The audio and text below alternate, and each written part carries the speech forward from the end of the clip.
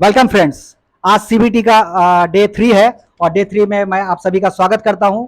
और मेरे व्यूअर्स जो इस वीडियो को देख रहे हैं वो अच्छे से देखें, और अगर उनको मेरा ये वीडियो अच्छा लगे तो प्लीज़ मेरे वीडियो को लाइक शेयर करना ना भूलें, और साथ ही साथ जो मेरे वीडियो को नए देख रहे हैं वो सब्सक्राइब करना ना भूलें। ठीक है, तो चलिए स्टार्ट करते हैं। Question number 13, control N is use to, है ना। कंट्रोल एन का इस्तेमाल किसके लिए किया जाता है? Very good. चलिए, क्वेश्चन नंबर 14 है,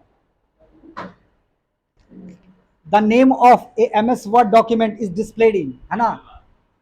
यानी कि जो एम एस वर्ड का जो नाम होता है, ठीक है, वो कहां पे शो करता है? टाइटल बार पे।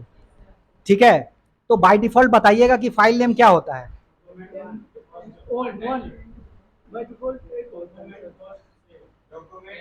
डॉक्यूमेंट वन, है ना। हाँ, फाइल नेम बाय डिफॉल्ट होता है। अब बदल कब जाता है, कोई बता सकता है? हाँ, जब उस फाइल को हम सेव कर देंगे और सेव करने के बाद कोई नाम देंगे तो वो क्या हो जाएगा? उस नाम से बदल जाएगा। इसलिए बाय डिफॉल्ट क्वेश्चन में लिखा रहता है। तो बाय डिफॉल्ट का मतलब आप लोग समझ रहे हैं, यानी कि पहले से जो कंपनी क्रिएट करके दे चुकी है वो, है ना। चलिए, क्वेश्चन नंबर 15 पे आते हैं। What is the smallest and largest font size in MS word, है ना। 8 और 72। अब देखिए, इसमें दो अगर क्वेश्चन फिल्टर कर देगा, सिर्फ केवल मिनिमम की बात कर देगा तो कितना होगा? मैक्सिमम। ठीक है, और बाय डिफॉल्ट का बात आएगा तो 11। ठीक है, चलिए बिल्कुल सही है। उसके बाद है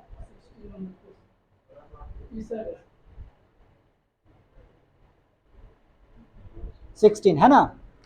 चलिए, 16 नंबर क्वेश्चन है, what is the function of ruler in MS word, है ना। एमएस वर्ड में जो रूलर है उसका क्या काम है? ऑल ऑफ द एबव होगा, है ना। पेज मार्जिन को भी करता है, इंडेंट भी सेट होता है और टैब भी सेट होता है। अच्छा, कोई बता सकता है कि टैब, जो टैब अलाइनमेंट होता है वो कितनी तरह का होता है? टैब अलाइनमेंट, ध्यान से सुनना, लाइन अलाइनमेंट नहीं कह रहे हम। अगर लाइन अलाइनमेंट बोले तो कितनी तरह का? लाइन अलाइनमेंट 4 तरह का होता है, लेफ्ट, राइट, सेंटर और जस्टिफाई। लेकिन हम बात कर रहे हैं टैब अलाइनमेंट का। इंडेंट की बात नहीं कर रहे हैं, टैब अलाइनमेंट की बात कर रहे हैं। टैब अलाइन 5 तरह का टैब अलाइनमेंट होता है। ठीक है, 5 तरह का होता है, वो भी हम दिखा देंगे आपको। 5 होता है, याद रखिएगा इसको, टैब अलाइनमेंट। ठीक है, 5 तरह का होता है, तो कंफ्यूज नहीं होएगा। लाइन अलाइनमेंट और टैब अलाइनमेंट दोनों अलग अलग चीज है। ठीक है, अब उसमें भी देखिए, टैब अलाइनमेंट में दे देगा 4 ऑप्शन कि इनमें से कौन सा टैब अलाइनमेंट नहीं है। ठीक है, तो जैसे हम देते हैं option A, left, right, centre, justify, तो इसमें से कौन सा जो है वो नहीं है?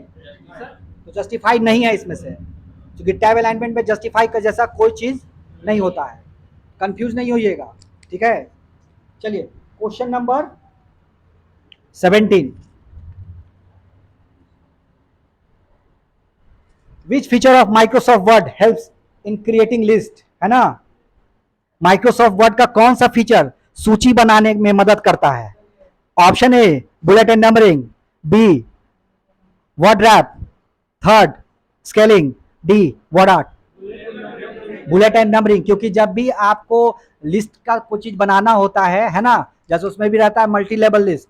ठीक है, तो जब लिस्ट का चीज बनाना होता है तो हम लोग बुलेट एंड नंबरिंग का इस्तेमाल करते हैं। और इसी में क्वेश्चन रह जाएगा कि बुलेट एंड नंबरिंग जो है वो किस ब्लॉक या किस ग्रुप से रिलेटेड है? ग्रुप पूछ रहे हैं, पैराग्राफ ग्रुप से, और किस मेनू से? होम मेनू से। ठीक है, चलिए बिल्कुल सही। इसी तरह आपको याद रखना है, मेनू, ग्रुप, ऑप्शन, ऑप्शन का काम। देख रहे हैं ना, सारा क्वेश्चन आ रहा है उसी तरह से। चलिए, question number 18, help window can be open by F1। तो आपको ये भी बता चुके हैं F1 से F12 तक का फंक्शन की क्या क्या होता है ना। लेकिन कुछ की बदलता है, याद रखिएगा, एप्लीकेशन के अनुसार कुछ फंक्शन की का काम बदल जाता है। ठीक है, जैसे F1 से हेल्प मेनू खुलता है वो सारे एप्लीकेशन पे सेम है। F2 से क्या होता है? रीनेम करने के लिए, जैसे फोल्डर रीनेम करना है ना, सिलेक्ट करने के लिए उसका इस्तेमाल होता है F2 का। ठीक है, तो रीनेम उससे नहीं होता, वो सिर्फ सिलेक्ट करेगा आपको। F2 से आप सिलेक्ट कर सकते हैं। ठीक है, चलिए question number 19, MS word is dash dash dash software, है ना। MS word dash dash software है। कैसा सॉफ्टवेयर है ये? वर्ड प्रोसेसिंग सॉफ्टवेयर है। तो नोट्स में इंट्रोडक्शन चैप्टर है, इंट्रोडक्शन चैप्टर से भी आपको 3-4 क्वेश्चन बन रहा है, देख रहे हैं।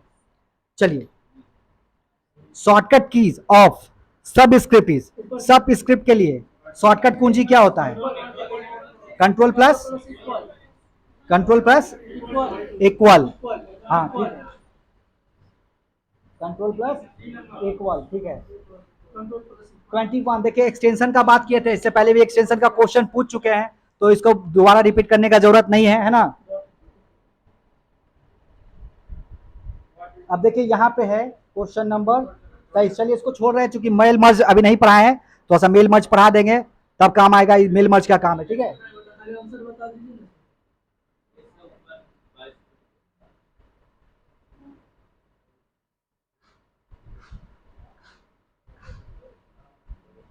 चलिए question number 24, what is the use of a word processor, है ना। वर्ड का काम किस चीज के लिए किया जाता है? पहला है track and list monetary expenses, है ना। बी ऑप्शन है मेक ए प्रेजेंटेशन, प्रेजेंटेशन बनाने का काम किस एप्लीकेशन में होता है?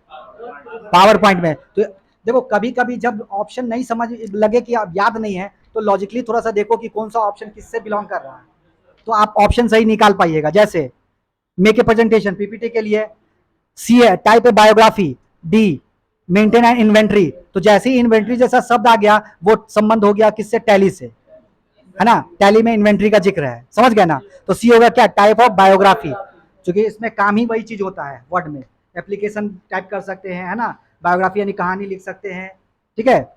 चलिए क्वेश्चन नंबर 26 है, what is the function of control plus G in MS Word, control G का क्या कार्य है? कंट्रोल जी का कार्य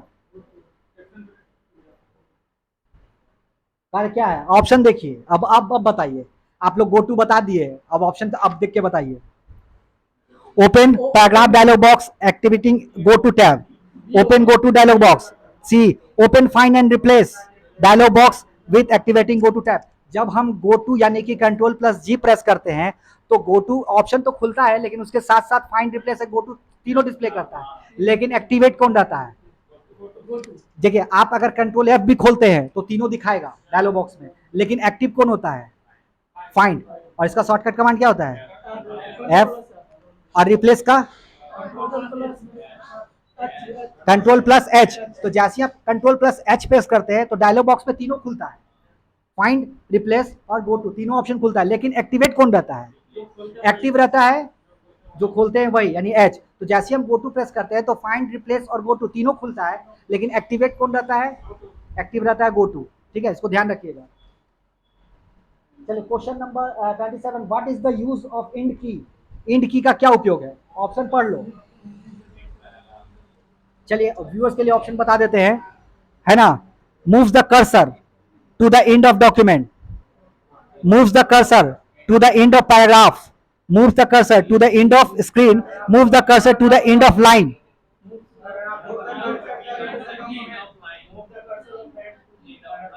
ऑप्शन नंबर डी, जब आप एंड की प्रेस करते हैं, बता देते हैं, जब एंड की प्रेस करते हैं तो अगर आपका कर्सर लाइन के स्टार्टिंग में है तो वो लाइन के एंड में जाएगा, ठीक है। और अगर पैराग्राफ है और पैराग्राफ के एंड में ले आना है तो उसका शॉर्टकट कमांड अलग है, ठीक है, जो कि आगे आएगा। तो याद रखिए इस चीज को, यही सब कंफ्यूजन वाला। जी नहीं, पैराग्राफ के लास्ट में नहीं जाएगा, डॉक्यूमेंट के लास्ट में नहीं जाएगा ये। लेकिन अगर ऑप्शन में लिखा रहेगा केवल डॉक्यूमेंट तो आप आंसर लगा सकते हैं, वो ऑप्शन पे डिपेंड करता है कि आपके ऑप्शन में क्या दिया हुआ है। इसी तरह कंफ्यूजन मेरा सवाल रहेगा, ठीक है। हाँ बता रहे हैं, रुको पहले क्वेश्चन लिख करने दो, टाइम ओवर हो रहा है, इसको क्वेश्चन पहुंचाने दो पहले। Which of the following is not present in MS Word? निम्नलिखित में से कौन सा MS Word में मौजूद नहीं है? A font size, B word count, C page margin और डी ब्रश। तो ब्रश इसमें मौजूद नहीं रहता है। Question number 29, when was Microsoft Word release है ना। माइक्रोसॉफ्ट वर्ड कब रिलीज हुआ था? 2001 तो ऑप्शन में है ही नहीं। अच्छा ऑप्शन नहीं दिख रहा है, चलिए ऑप्शन ए है 1991, बी 1981, 1983, 1980। 1983 में हुआ था, 83 में। केवल वर्ड की बात आएगी तो, केवल वर्ड की, ध्यान रखिएगा, सिर्फ वर्ड की बात आएगी तो 1983, और अगर पूरा पैकेज का बात आ जाएगा तो बदल जाता है।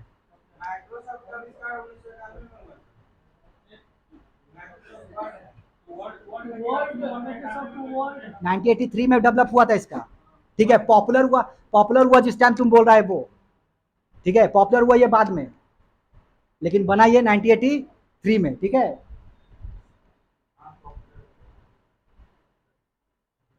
चलिए, the second tab is the ribbon is, तो देखिए इंसर्ट है ना, हाँ सी होगा इंसर्ट, ठीक है। तो आज के लिए इतना ही रहने देते हैं, 30 क्वेश्चन ही। फिर सेकेंड डे यानी कि कल भी आपका है टेस्ट, कितना बजे?